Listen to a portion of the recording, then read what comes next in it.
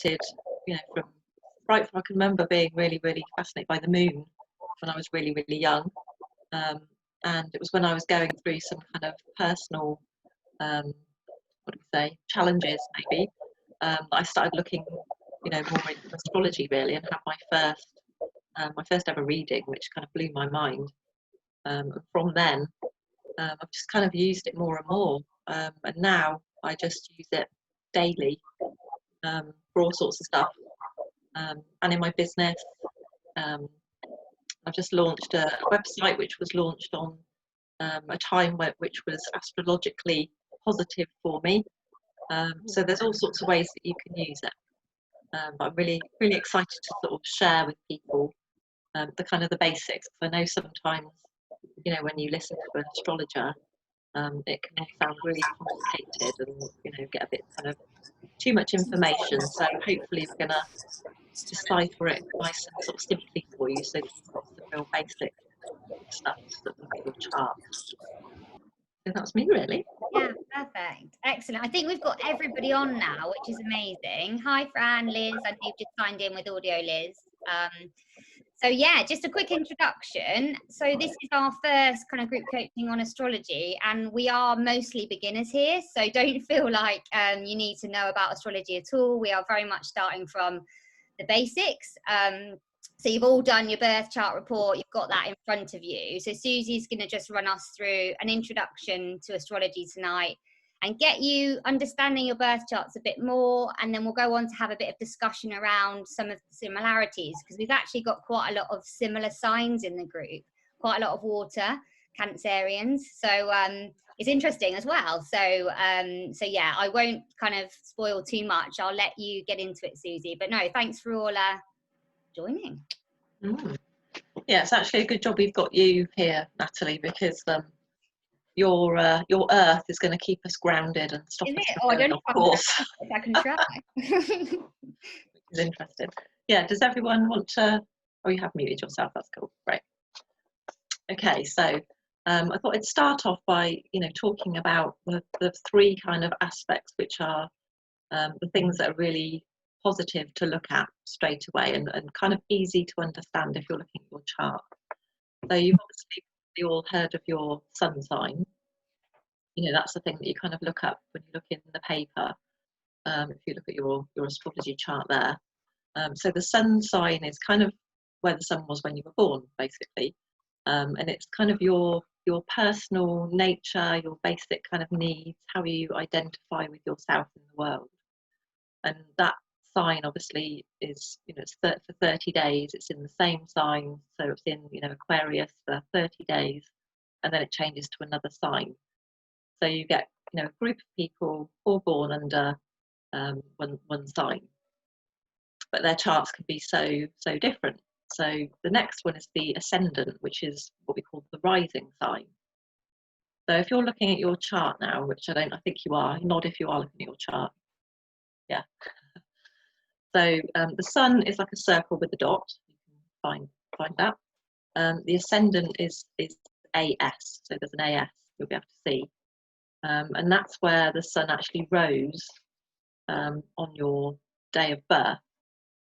And that's a little bit like, if you can imagine your shop front. If you had a shop, it would be like the way you display what you're selling, the way you portray yourself to the world, and the kind of the you that comes out of the front door to other people. Now that stays and changes every 2.5 hours. So, you can have a lot of people born even on the same day who are quite different because they've got different rising signs. And the next is the moon, which is, that changes every 2.5 days. So you'll get groups of people with similar moons, but maybe different ascendants. So the moon is how you deal with your emotions, not how you feel, but kind of how you act when you're feeling emotional, and how you deal with kind of emotional situations to kind of protect yourself. It's that kind of nurture yourself. And for the first, I can't remember how many years it is now, but it's definitely up to sort of age 8. We very much kind of are in our moon sign. It's the unconscious part of us. where we're kind of learning about ourselves. And I found that really interesting because when I looked at my chart, I'm a Cancerian. But when I looked back at how I was as a child, I didn't kind of think that I was what you'd call a typical Cancerian. So, you know, it was really interesting when I kind of started to learn about the moon and the rising sign. And that made so much more sense to me as you know, how I was in the world when I was younger. So that's the sun, the moon, and the ascendant. We're going to kind of delve into those a little bit more later. The next things that are interesting to know to help give you kind of like a flavour of your chart are the elements. So you've all kind of heard of, you know, the elements, haven't you? The water, the fire, the earth, and the air. So the signs are kind of bunched into groups, and that also gives them a quality. So the water signs, which there are lots of us here today. Actually, which is quite interesting. We've got double waters, so we've got water, sun, and moons, and we've got triple waters as well. So lots and lots of emotional, watery, feminine on this call. So water signs are very kind of emotional, sensitive, highly intuitive, and they're normally quite sort of in tune with other people and like to help other people. So the water signs are Cancer, Scorpio, and Pisces. They're all what we call feminine signs. So water is very fluid and very flowy. So that's a feminine sort of quality.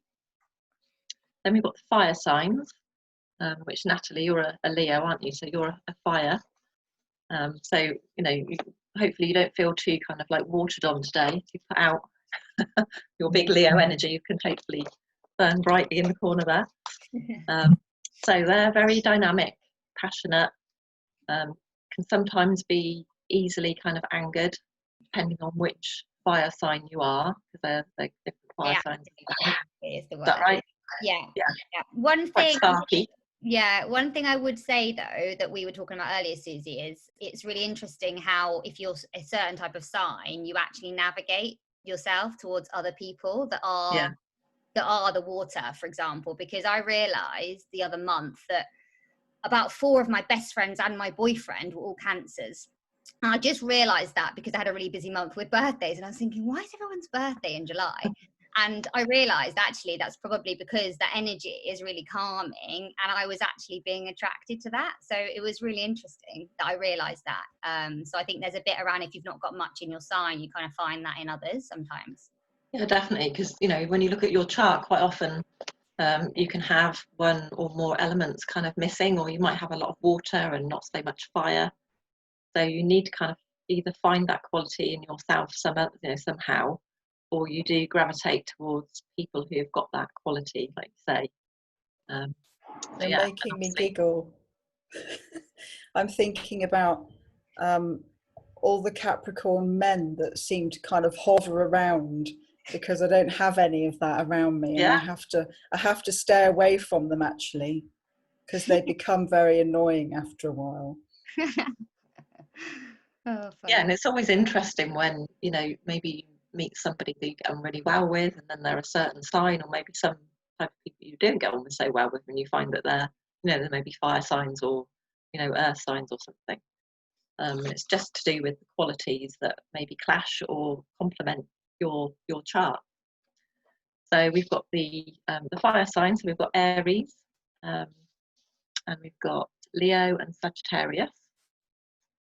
And then we go on to the earth signs. So as you can imagine, earth signs are very grounded, very relaxed, can be quite kind of conservative.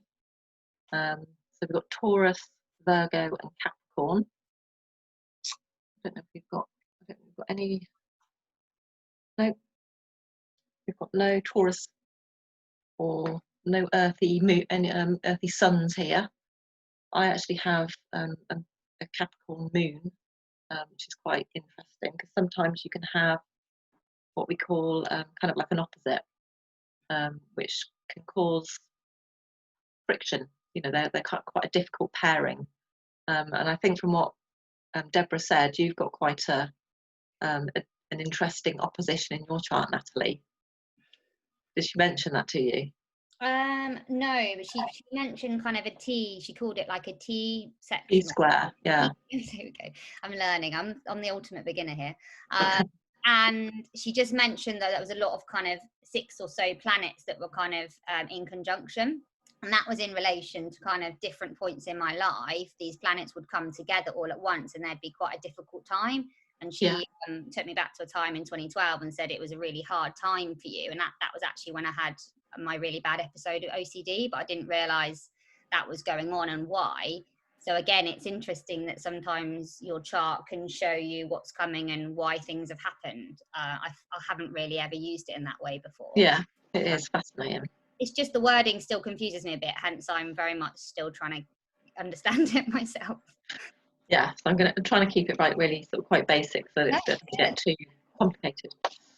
Is everyone clear, like where they're in terms of water, fire, earth, everything we've just talked about, but also sun, moon and rising? Is anyone unclear on any of that? Because I know the document's quite long. Just shout if you are and we can help. I'm just unclear on my moon. Your moon. When you look on your chart, you should just see it like a little moon. So if I share my screen, Rach. Yours is actually in Aquarius. Oh, okay. I am looking at the right thing. Okay, that's fine. Right. So it's on this. Can you see this, everyone? Yes. Yeah. No, I'm looking at it on mine as well. I was like, which? Okay. No, that's fine. If that's my moon, that's cool. Yeah. So is the top one what you would consider to be your star sign, your horoscope in the papers, and then everything else is just what position all the other planets were in when you were born as well?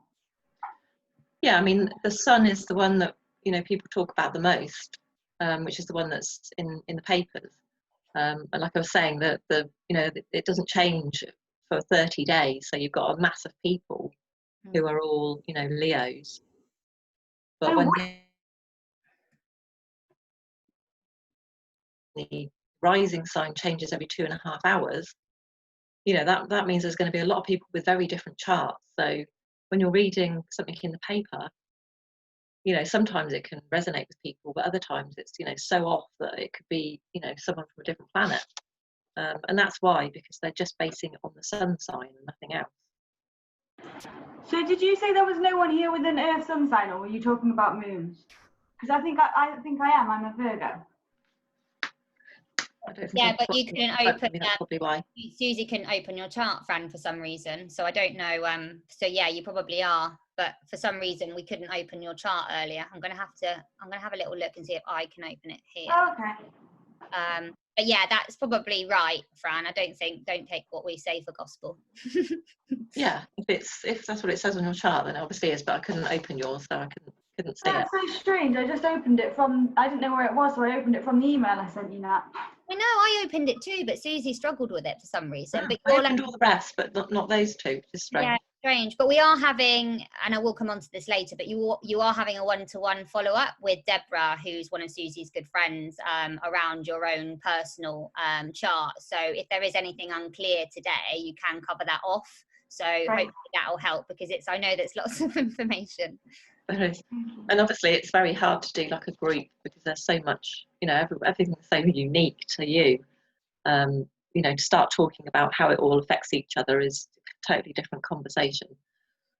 So that's the earth signs, and then the air signs are Gemini, Libra and Aquarius. So they're very sociable, very communicative. They like, lots of relationships with different people. They love to be in big groups, very kind of forward thinking, love to sort of philosophize about things and enjoy sort of giving advice to people. If you imagine, air is very kind of moves quite quickly and changeable. So the water signs are the feminine signs, the fire signs are the masculine energy, the earth are the feminine again, and the air are the masculine.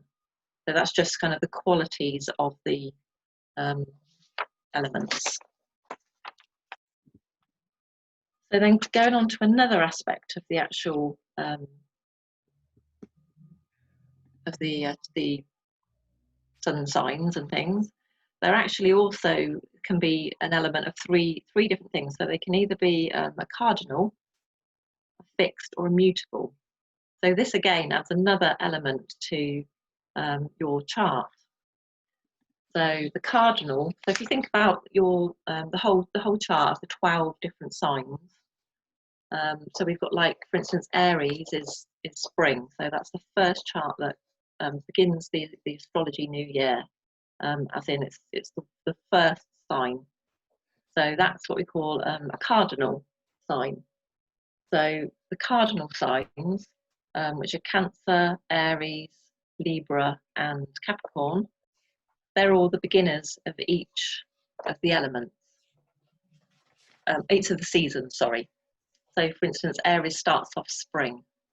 So they're normally very good starters in things, so they can be good leaders. They can have lots of ideas. They kind of like to spark things up, but they can also, start lots of things and maybe not finish them. Then you've got the fixed signs, who come second. So that would be Taurus, Leo, Scorpio, and Aquarius. So they're the in the middle. So they're very secure. They're very determined, and they kind of, they like to do things. They like to be in there, in the action, getting things done. And then the immutable signs are the last sign of the season. So they're the finishers. So they're very flexible, changeable. They can sort of fit in where they're needed to, but they can also change quite quickly. So, they can start doing one thing and then change to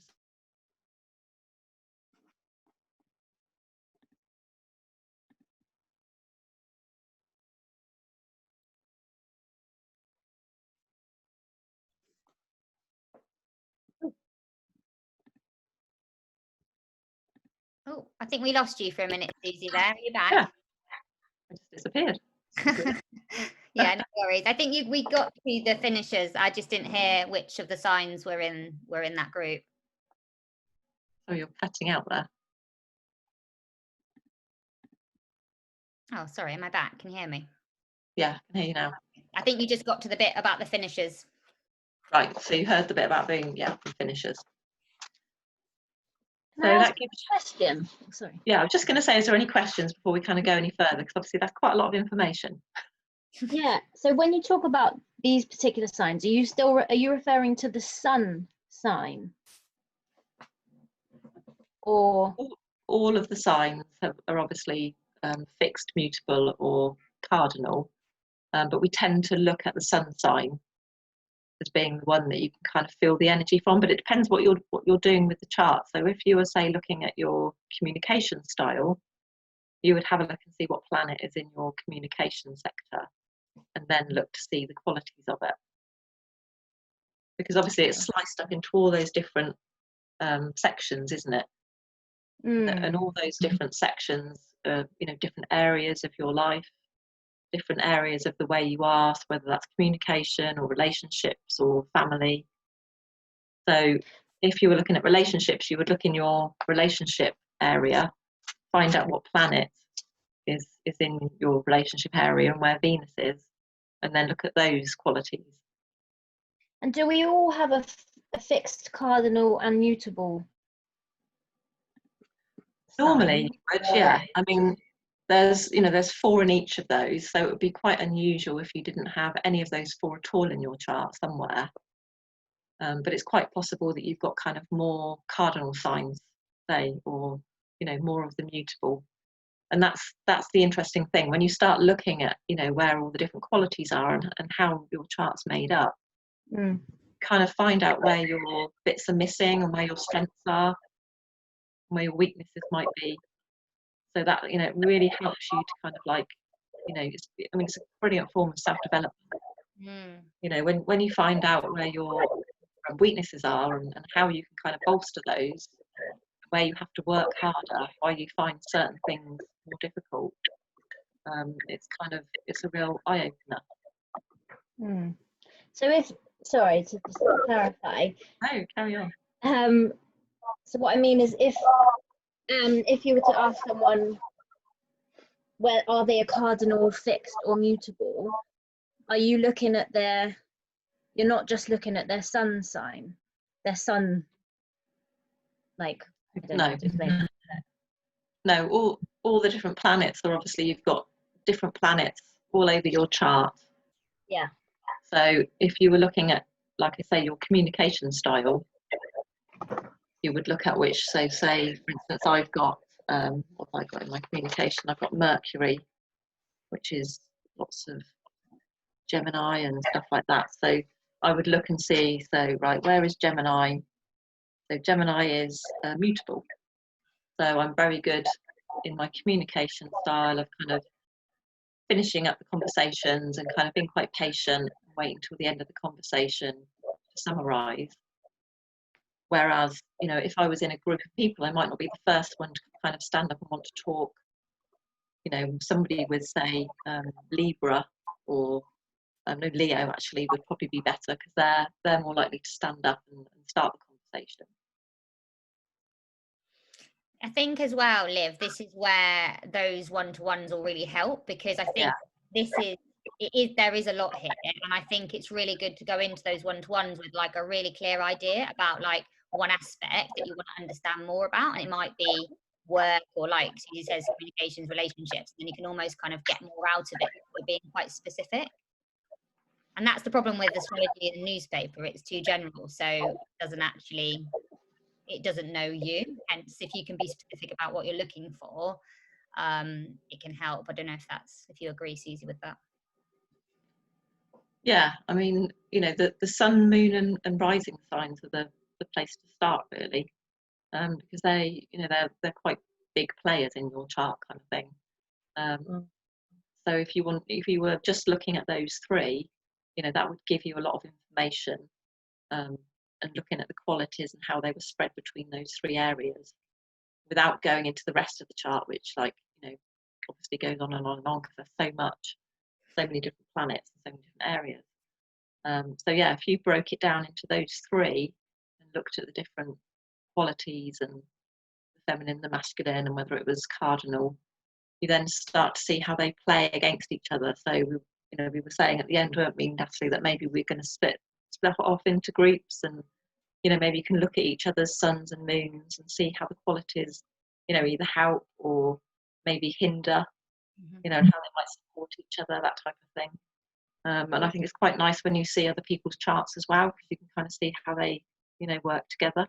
Yeah, I was going to ask how much astrology is used in like personality profiling for like organizational corporates, because it is and it isn't, in the sense that there's elements that are used but not in astrology speak. So it's interesting, isn't it? Because actually that fundamentally would build a team really well, knowing those specifics. Oh, massively, yeah. I mean, you know, especially with like communication styles and relationships and stuff like that. I mean, you know, it'd be easy to sort of, you know, help people get over their challenges, and you can see the people that kind of click together because of their signs. It'd be really powerful. But, you know, I think a lot of people think it's a bit woo woo, and don't see the you know, how powerful it is actually in that type of thing. Or if they do, you know, you've got all the people like Richard Branson and people like that who have probably got their own personal astrologer who literally advises them every day. Yeah, it's not the sort of thing that they broadcast. Yeah, definitely. I don't know why, whether it's still a bit too woo woo to be talked about like that, but yeah. Interesting. Any other questions, guys, on that stuff before we move on? And is anyone still unclear about their own signs? Because we can just literally get your charts up now and go through it if you want to. I don't want anyone to be stuck or lost, so shout if you are. Have you got any questions about it? No. All right. So the next interesting thing is to look at the chart kind of ruler. So again, each sign has a ruler planet, but your kind of what we call your chart ruler is the one that's in your rising sign. So if you see who your rising sign, I'll just kind of like talk through, and you'll be able to spot which is yours. So if your rising sign is Cancer, your chart ruler is the moon. I know we've got a few Cancerians. If your rising sign is Scorpio, it's Mars. If you're Pisces, it's Neptune. Aries, it's Mars again. So if you're Leo, it's the Sun. Sagittarius is Jupiter. Taurus is Venus. Virgo is Mercury. And Capricorn is Saturn. And then we've got Gemini is Mercury again. We've got Libra, Venus. And we've got Aquarius, who is Uranus. So that chart ruler, that planet, is what we call your chart ruler. So, you know, the energy plays out kind of across the whole chart. So that's kind of an interesting energy to look into. So maybe when we break out, we can kind of look into who your chart ruler is and the kind of qualities for that. And is there any particular ways that you'd see that come into play? Like, how would you pick up on it? And do you know much about? Sorry, so many questions. Do you know much about? Could you talk through Moon, Mars, Venus, and tell us a bit about what they are and what effect they could have potentially? Yeah, definitely. So, for instance, let's have a look at the first one. So we've got quite a few Cancers here, Cancerians. So Cancer is ruled by the Moon. So, you know, obviously the Moon changes, you know, every about 14 days. It's a new moon, and then, you know, it changes and it comes to a full moon. So you might find, if you're a Cancerian, that you're very affected by the changing of the moon, and that can be, you know, all over your chart. So I think there's some people here that are like triple waters, and, you know, any water sign will be affected by the moon, but particularly Cancerians. So they'd be particularly kind of in tune and intuitive, that type of thing. That makes sense? It's always funny because I always say to you, Liv, don't I, when we're talking like ups and downs, I say you should look at what's going on right now. Like, it's probably something bigger, and like, you are very affected, aren't you, by, well, I don't, indirectly you might not know it's the moon, but that's a quite a flow. You have a kind of an up and down mood that kind of is quite fluid. So again, I've got a diary, it's called Moonology, but it's a journal, but also it tells you about the moon cycles. And I think then you understand why. Oh, there we go. See, I love it, because you can understand why you maybe struggled one weekend, or why things seemed harder, and then kind of relate it back to sometimes something else that was going on, maybe with the moon. So I'll post the link after about that diary, because it does tie the two together really well, actually. Yeah, definitely. Yeah. Can I just be a bit complicated, Susie? Yeah, go on. You're going to regret letting me in, aren't you? Probably, yeah. Being an Aquarian, I'm less interested in what things mean for me. I'm more interested in what they mean for global politics and what's going on in the world. So I'm wondering if you're going to look at that as well, because obviously 2020 is phenomenal in terms of transformation and what's going on in terms of charts. And I just wondered, are you going to stay with the personal, or are you going to also bring that into the context of the rupturing that's happening globally? Well, I think at the end we were just going to talk about how other ways that astrology can be used. But in this particular talk, we're just sort of literally talking the very basics about your own personal chart. Because we're all total beginners, but it's a really good point, because in the astrology world, they call 2020 the year of transformation. So there's a lot of stuff going on that's bigger.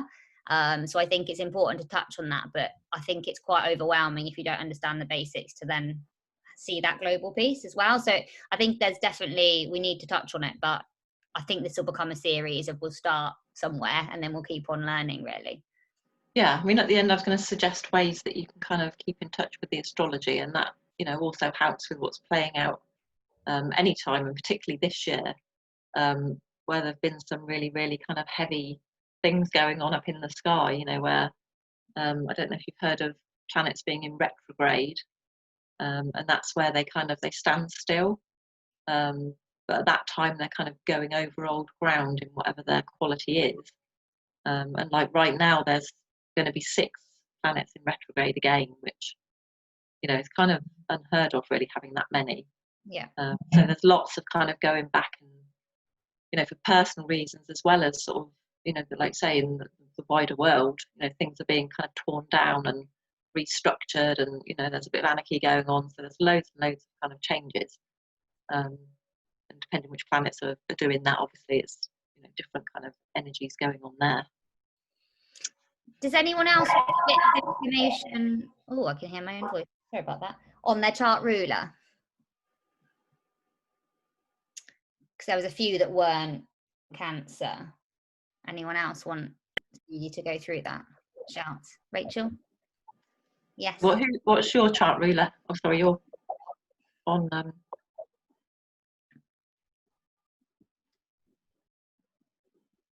I'm a bit confused how I think. Sorry, I was reading. So I'm Scorpio. So you're Mars. Your chart ruler will be Mars. Mars, yeah. Right, you're Rachel, aren't you? Yeah. So your ascendant is Pisces, isn't it? Yes. Yeah. So your chart ruler will actually be Neptune. Because it's going on your rising sign, not your sun sign. Okay. So, you know, Neptune is the god of the underworld. You know, he's the one in the water with his big 3-pronged pitchfork or whatever it is. Oh, don't laugh. I can see you. Is that funny then? Yeah.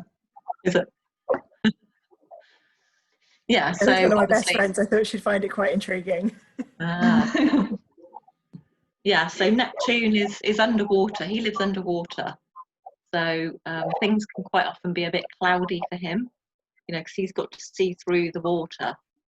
So, you know, with rising sign of Neptune, you know, you may be someone who kind of needs to know all the kind of the facts and needs to kind of get really clear on things before you do anything, you know, because you feel that things could be a bit cloudy and you kind of want it all to be really, really clear. But yeah, that's Neptune for you. Can I check mine as well? I think it's Venus. So is that your rising sign is Libra? My rising sign is Libra. Yeah, so Venus, she's kind of the god of love. So, you know, she's very much about, you know, people and the way people look and love and relationships and harmony. So that's how your kind of whole chart will be kind of clouded with that kind of energy. So you like to see things looking really beautiful, and, you know, you like people to be really harmonious with each other, all that sort of stuff. Cool, thank you. Anyone else? Yeah, can we do, I think mine's Mars. So what's your, is it Aries or Scorpio. Scorpio? Yeah. Yeah, so Mars. So Mars is quite a fiery ruler. So he's quite hard hitting. He's what we call like a power sign. So likes to get things done, likes to get things moving. You know, quite a sort of energetic feel.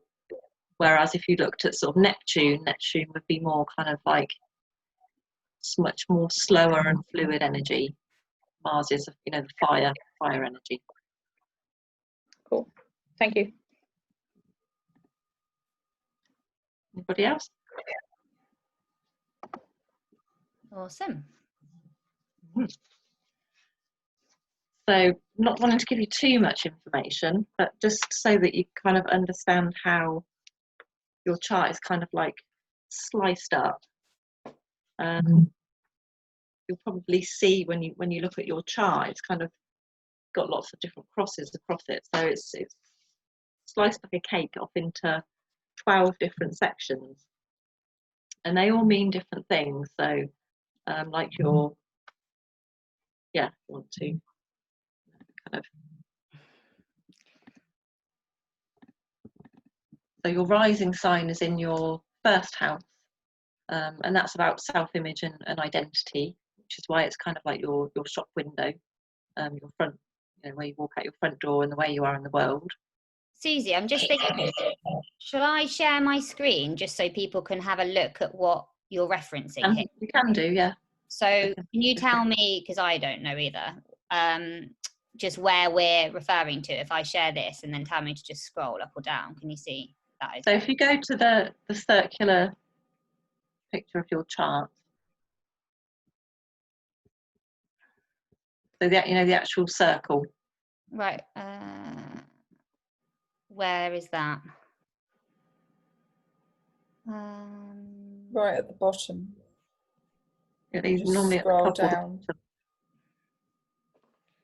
Oh, here. There we go. Is that right?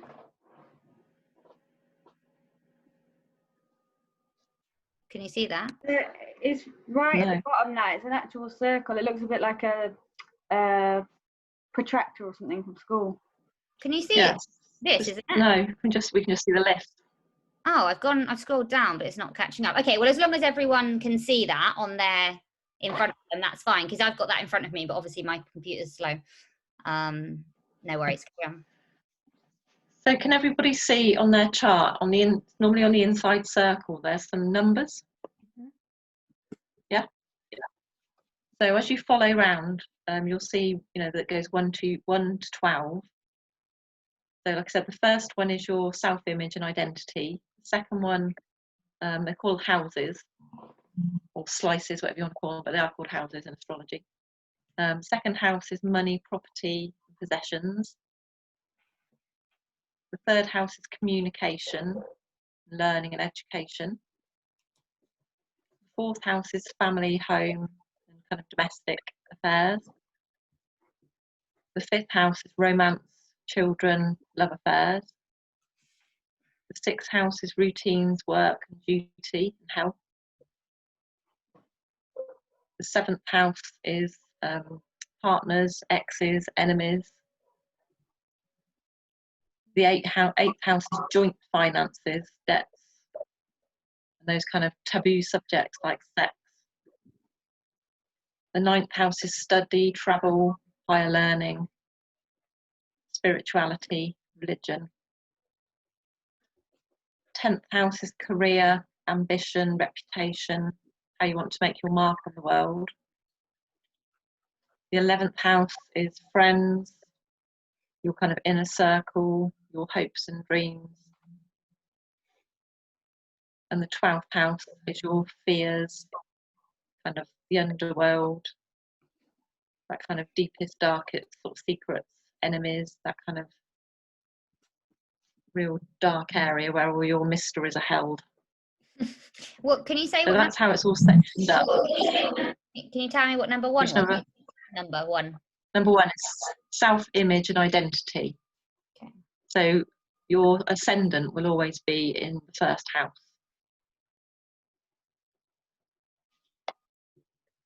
The love one.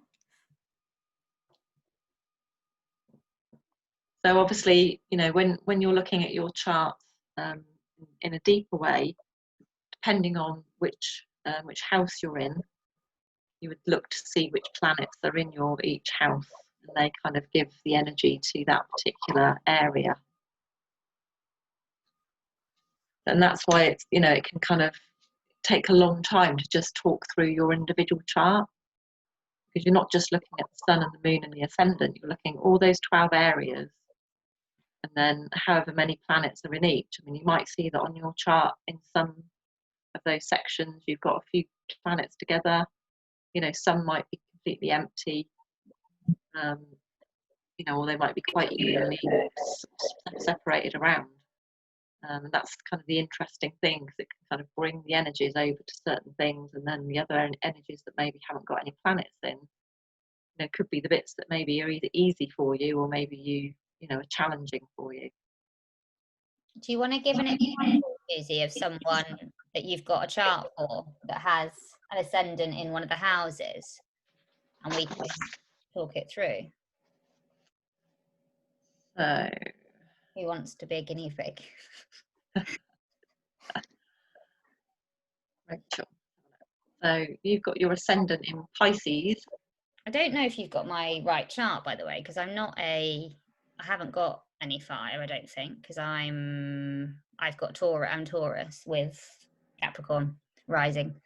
I think originally my first chart you had was the wrong, which really confused me to start with, because I was thinking that doesn't sound like me. So maybe don't use me as an example at the moment. And yeah, that's interesting because I've got you moon in Leo, rising Leo. Yeah, that was my initial one that was wrong. The lady that did it for me, she's an American, and she got them switched around the wrong way, and I didn't realise for a year. So yeah. Yeah, that's why it's really important if you're going on to, you know, anywhere to do your birth chart, is to know your kind of time of birth and to make sure that you've got your place of birth as well. Because if you do it on an American site, they use different timings, so you could be in a different sign, which is tricky. So your ascendant is in Pisces. So you know, Pisces is a very kind of dreamy sign. It's a water sign, but you're also a sun in Scorpio. So your personality is quite feminine and quite watery and emotional, and so is your rising sign in that first house. Probably be more interesting to look at something like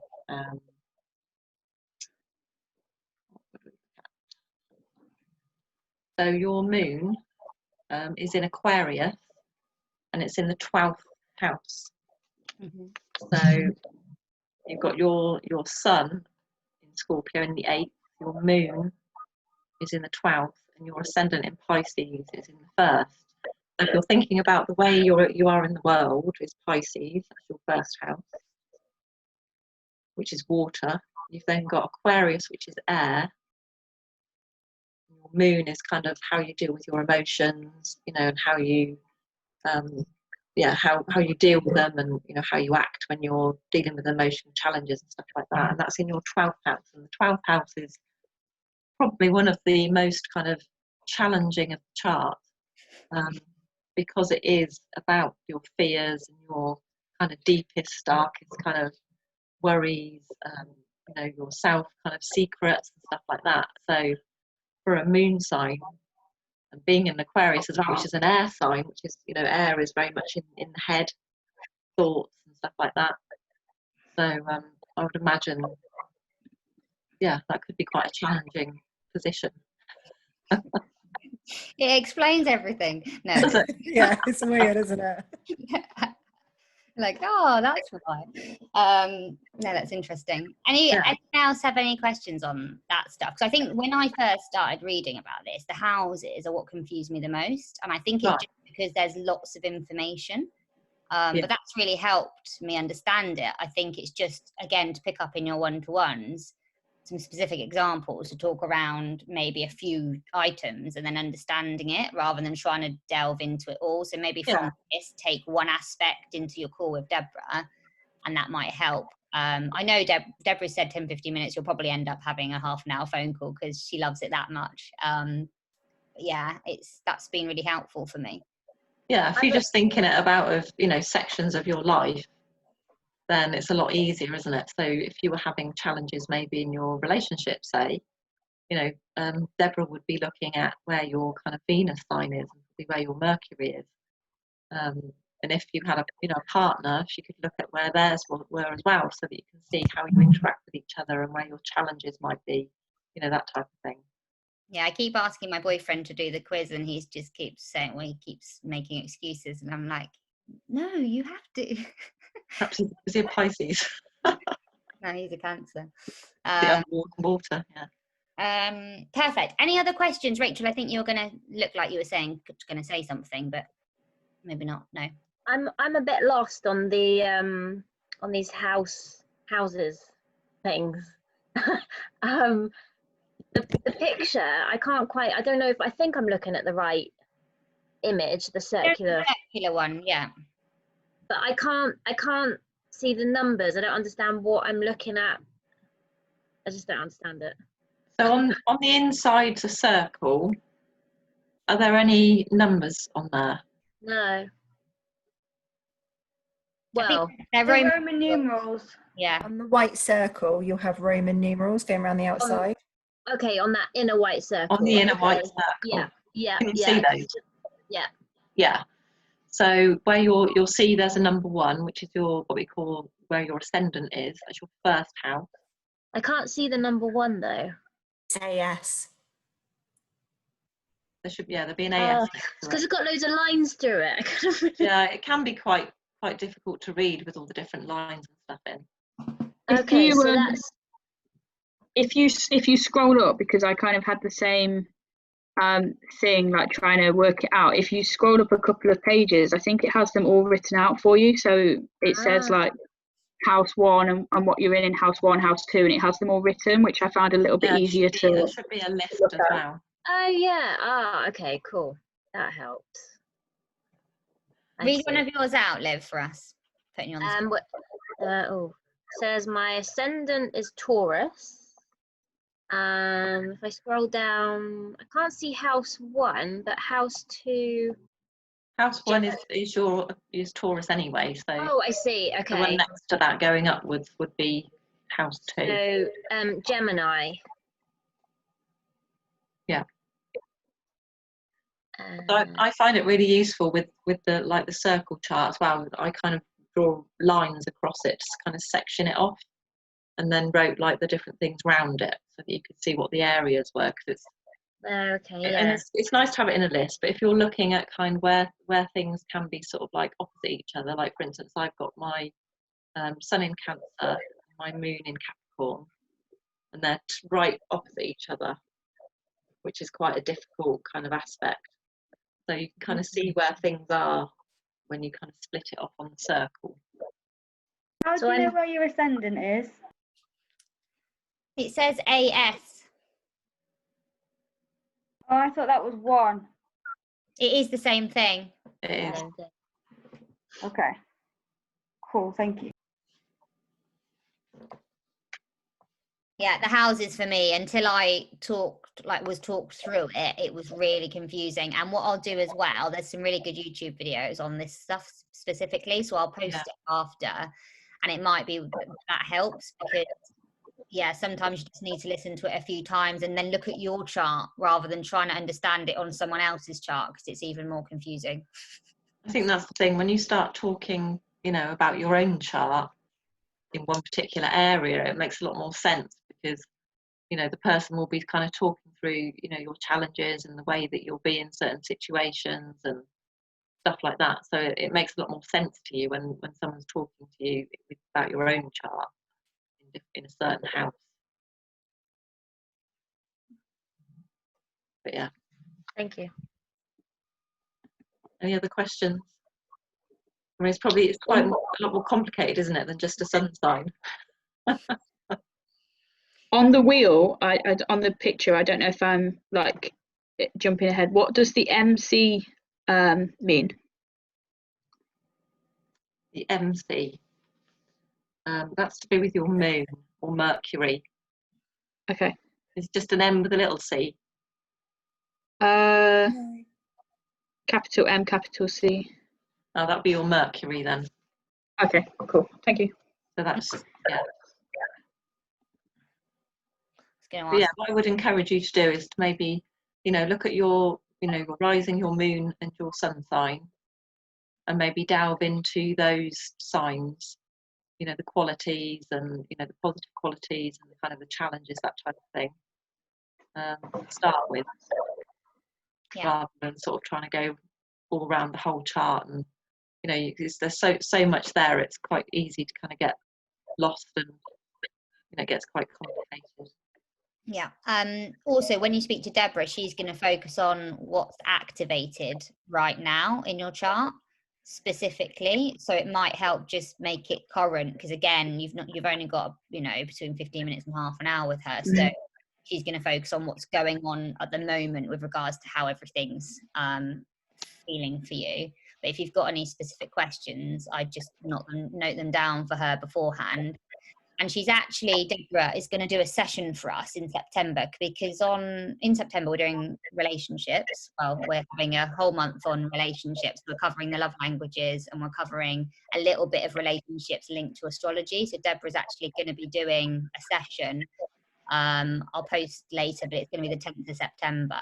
So it might be a chance for you to put some of this into a practical scenario and think about your relationships specifically. And I think that's really helped me with astrology, is making it current to one area rather than trying to focus on it all, and it becomes quite overwhelming. So again, we probably ask you to think about one relationship in your life, and then we'd almost use your chart to kind of navigate the communication that you're using around that, and things like that, if that sounds like it sounds interesting. But Deborah's conversation will just take you a step further, really.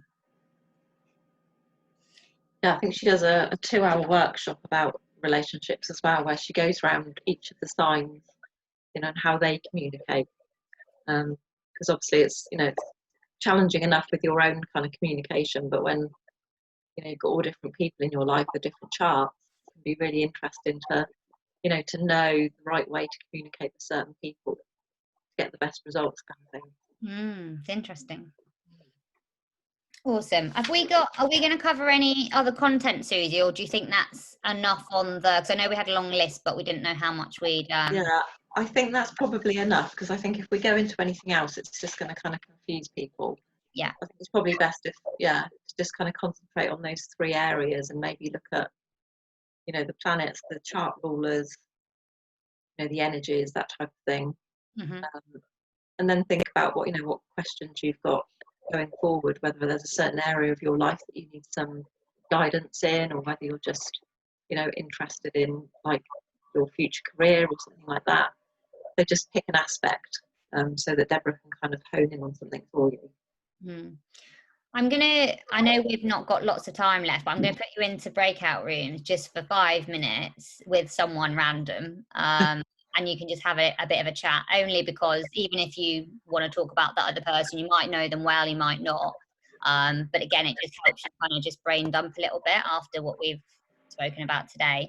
And then we'll cover just kind of a little bit around what else astrology can be used for. And then we'll look to finish about 9:15. But obviously, if anyone needs to run at 9, then don't worry. Awesome. I think maybe look at your sun and your moons and sort of see how they work together, or maybe how they work against each other. And if you know the person, it'd be even more interesting to kind of look at, you know, how it works for them. Okay, so this is completely random. So you'll get an invite pop up, say enter breakout room, and then off you go.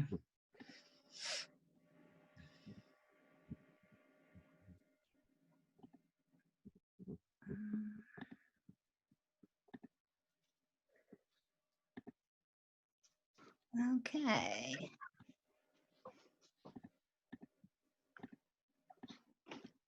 Okay, off you go.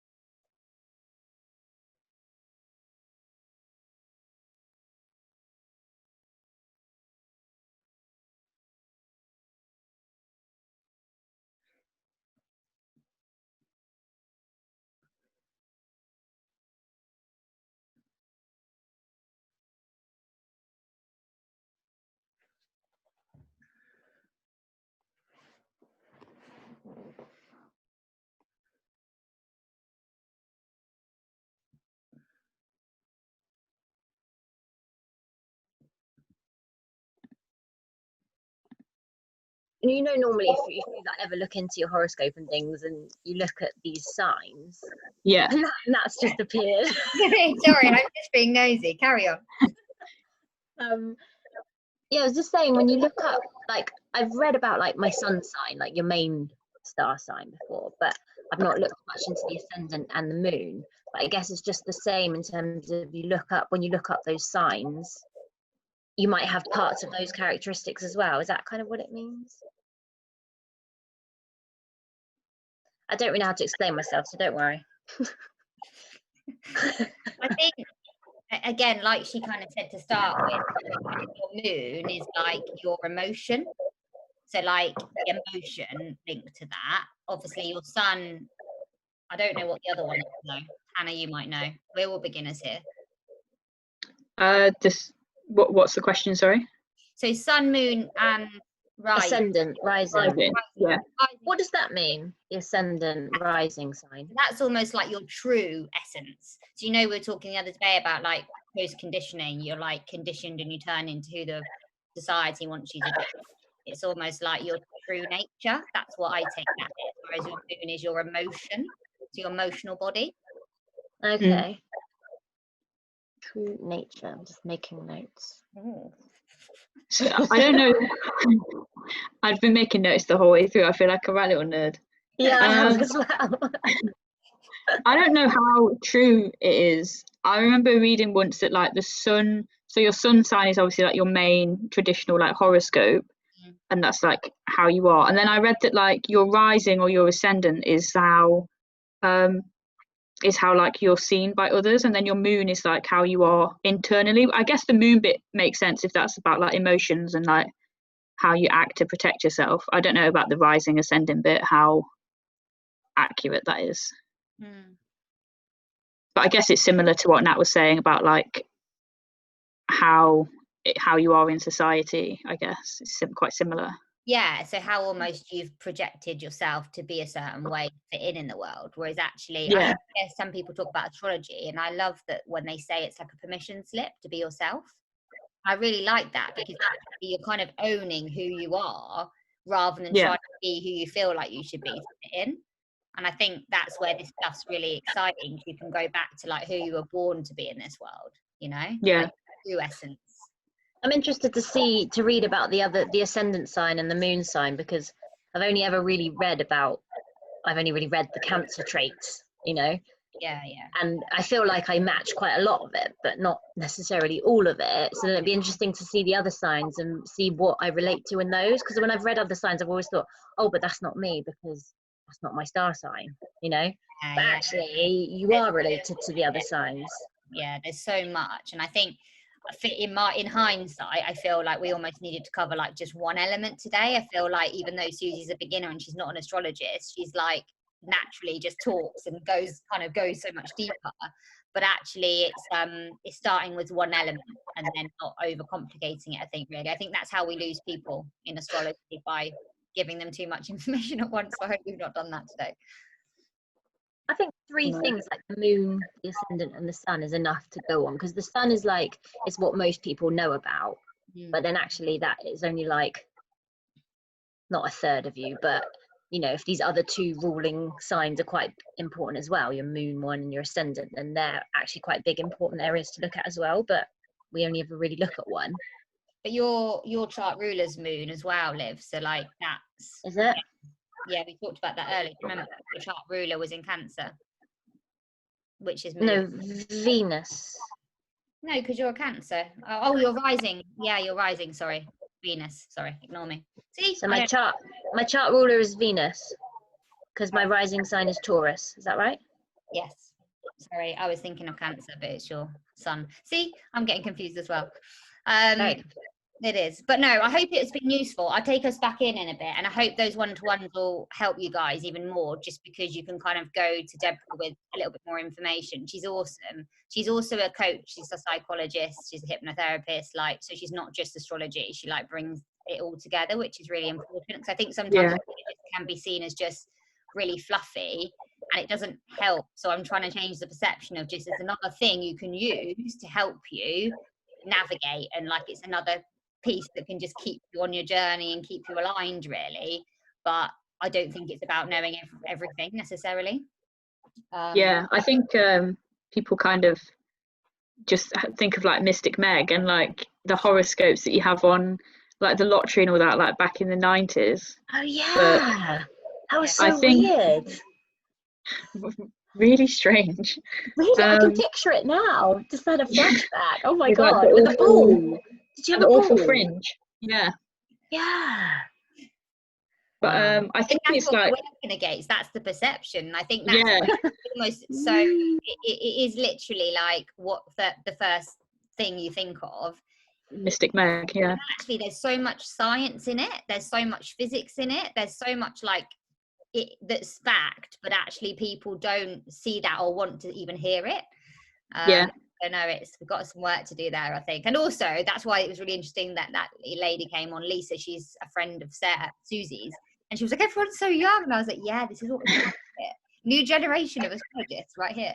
Yeah. Also though, I look a lot younger than I am. I wanted to say like probably not as young as you think I am, but I'm still young. But right, I'm going to take us back, guys, but thank you so much. I don't think I was any help at all, but yeah. Thanks for joining us, Nat. Thank you.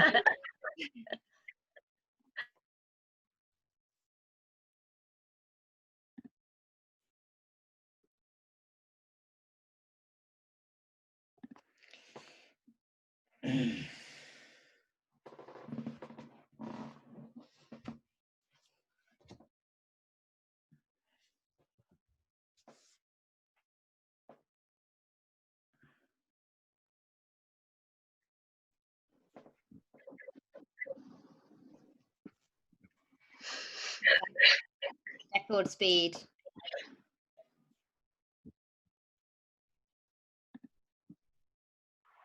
Right, we've nearly got everyone back. How did your chats go, Fran? Susie, you're with the expert, Fran. Oh, I'm so glad I got Susie. Your mind blown. Yeah, but I was so confused before. I was trying to take everything in and then not dominate the conversation by asking loads of questions that I didn't have a clue what was going on. Now I just feel like, yes, you just brought it all together. Oh, amazing. Good job, Susie. Good job. And then Hannah, Liv, how did you get on? I know I was in there for a bit. Yeah, good. I think, yeah. Just good. trying to pick it. A little bit more clarity, I think, and just kind of got a bit more clarity on, for me anyway, where I want to focus, like looking at, because I was saying that, the focus is always on your sun sign, and I do relate to quite a lot of those traits. Like I'm Cancerian and I'm very much a Cancerian, but I'm also intrigued to read a little bit more about my ascendant and moon, just to see what other trait I can relate to in those signs, because I'm pretty sure I do have other kind of personality traits that aren't Cancerian. So I'm quite excited to actually look into that a little bit, and just particularly your ascendant, actually, which is in Taurus, because that's the earth, that's your earth there, because obviously you've got your moon in Pisces, which is water as well. So you've got quite a lot of emotional water going on there. Oh, that makes a lot of sense. That's why we get on, babe, me and you. I'm such a bloody mess half the time. Oh, I love it. How did you get on, Rach and Joe? I put you together because you know each other. I thought that'd be interesting. Yeah, I think, we talked about because I was really shocked with the Neptune thing.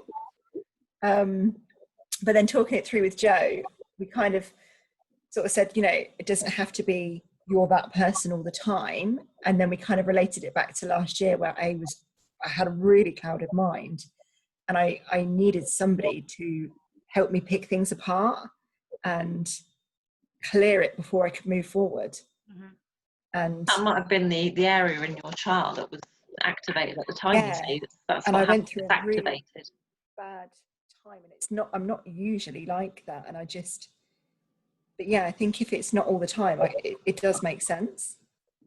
It was really interesting, but then I am a Scorpio through and through. In other areas, it's weird. And what you said for Joe, I think was absolutely spot on. Far too nice.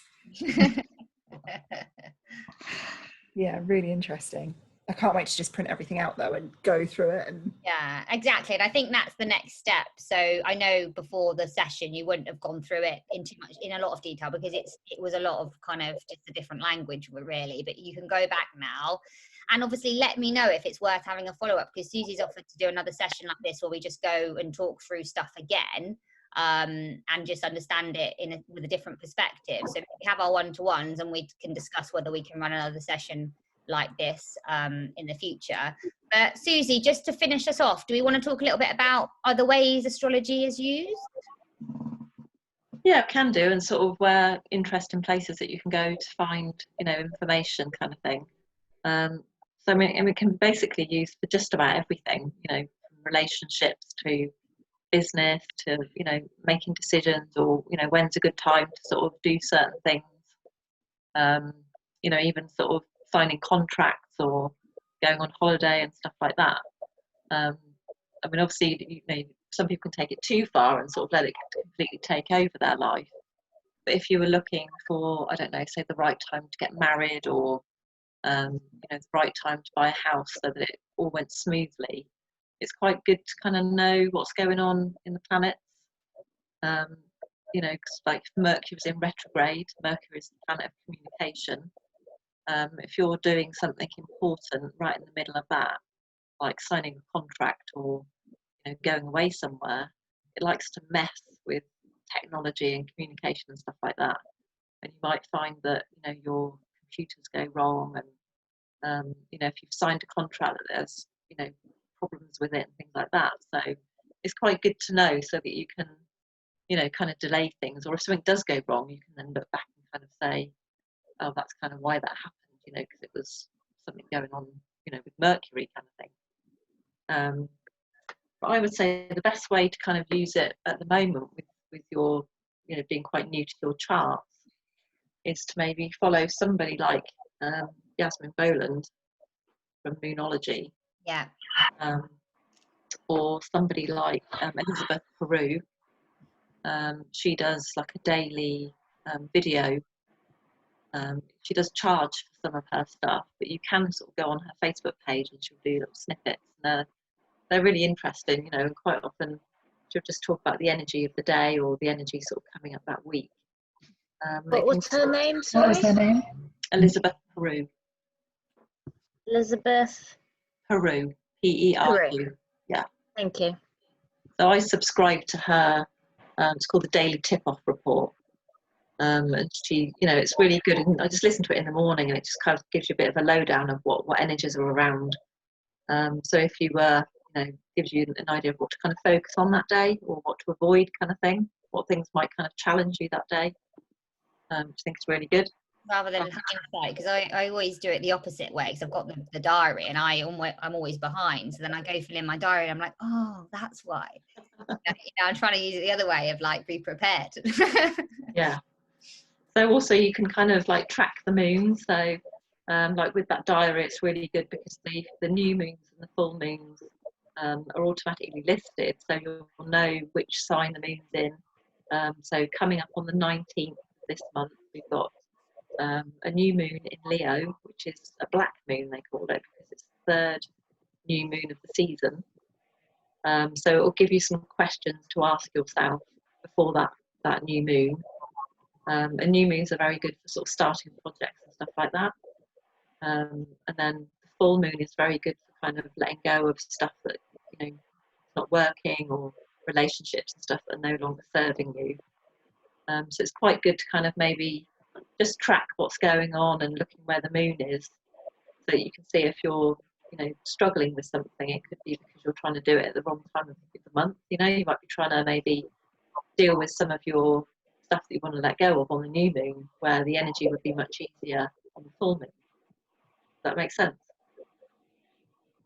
And then you can kind of get quite deep into it. So for instance, this book here, Astrology for the Soul, was one of the first things that I got into, really, because I do past life regression. So I'm really interested in, you know, stuff like karma and past life stuff. And on your chart, you'll also have what we call a north node. I think it's actually listed on your chart as well. Yeah, I did actually list them on there. So it will tell you, for instance, say Olivia, you're at the top of my list. Your north node is in Pisces. So it's basically, it's what we call the draconian chart. There's all sorts of different ways that you can do your chart. The draconian chart goes back into your past lives. So it will tell you from your past life, which is what the south node. If you imagine a dragon, you've got the tail in your past life and the head comes out into this life. So you'd be going towards Pisces. So you'd be wanting to sort of build up those Piscean kind of you know, the sort of qualities that the Piscean has. And in here, basically, you can look up your north node, and it goes through all the different aspects, and it tells you kind of what karma you'll be working through in this life that comes from your past life. That blows my mind. So it's, yeah, I mean, I just love that. It's fascinating. So Deborah and I have worked together a few maybe that's times. next year, you know, guys, like maybe that's next year. So for instance, I worked with Deborah with a couple of clients who were dealing with some really kind of heavy stuff. So she did the chart, the draconian chart, to find out what was going on in the past life. I did the past life regression to then kind of like release all the karma and stuff around it. And it was really interesting to kind of see, you know, what came from that. So one particular lady who we did as our kind of test case, it totally changed her life, and that was, you know, they were her words actually. It kind of completely changed her life. So that's another way that you can use it. I mean, there's just so many ways, but that's the bit that I'm really passionate about, is the kind of past life stuff. Because obviously, you know, if you believe in past lives, you've possibly been thousands of different people, you know, living different lives, in which case you'd have different charts, and all that kind of karma and energy kind of comes with you. So if you can work through it and kind of release it, then you're going to have an easier kind of ride in this life. I was talking to my aunt about that today because she had Reiki today and she'd never had it before, and she then got told by the lady that she was a priestess in her past life, and that they said there was something to do with father issues or something, and she's like, no, nothing like that now. And then that's why they looked back and said, oh, you were a priestess and your father poisoned you. And said, oh, you would have someone like that in your family now. And then they related it to her husband now, because they've just got divorced, and it was all really weird. But that was literally just before we came on this call. Wow. Fascinating, isn't it? Is the north node related to the moon sign at all? Because my moon sign is also Pisces, and you said my north node was Pisces. Yeah, no, not at all. No. So in this book, it's done by kind of dates. There's a cut off for certain dates, and you can find it from there. But it's also when you do your different chart, you can find it.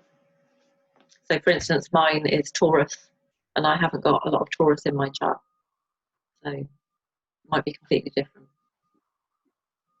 But yeah, on your printout there, you'll see it. It just says North Node.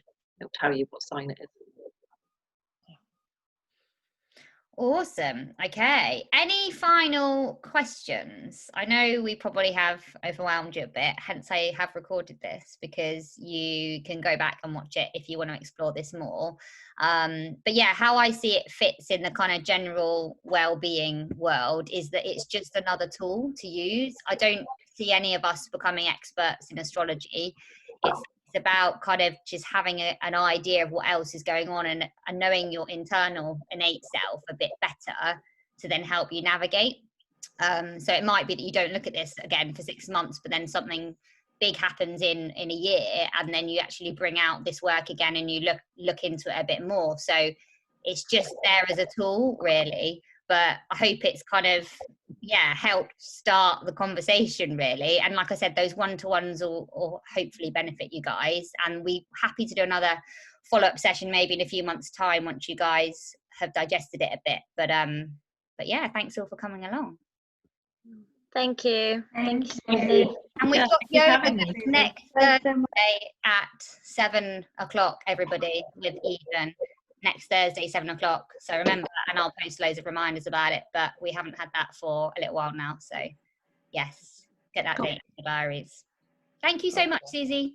You're very welcome. Nice to meet you all. Thanks, Thank Matt. you. Bye. Bye.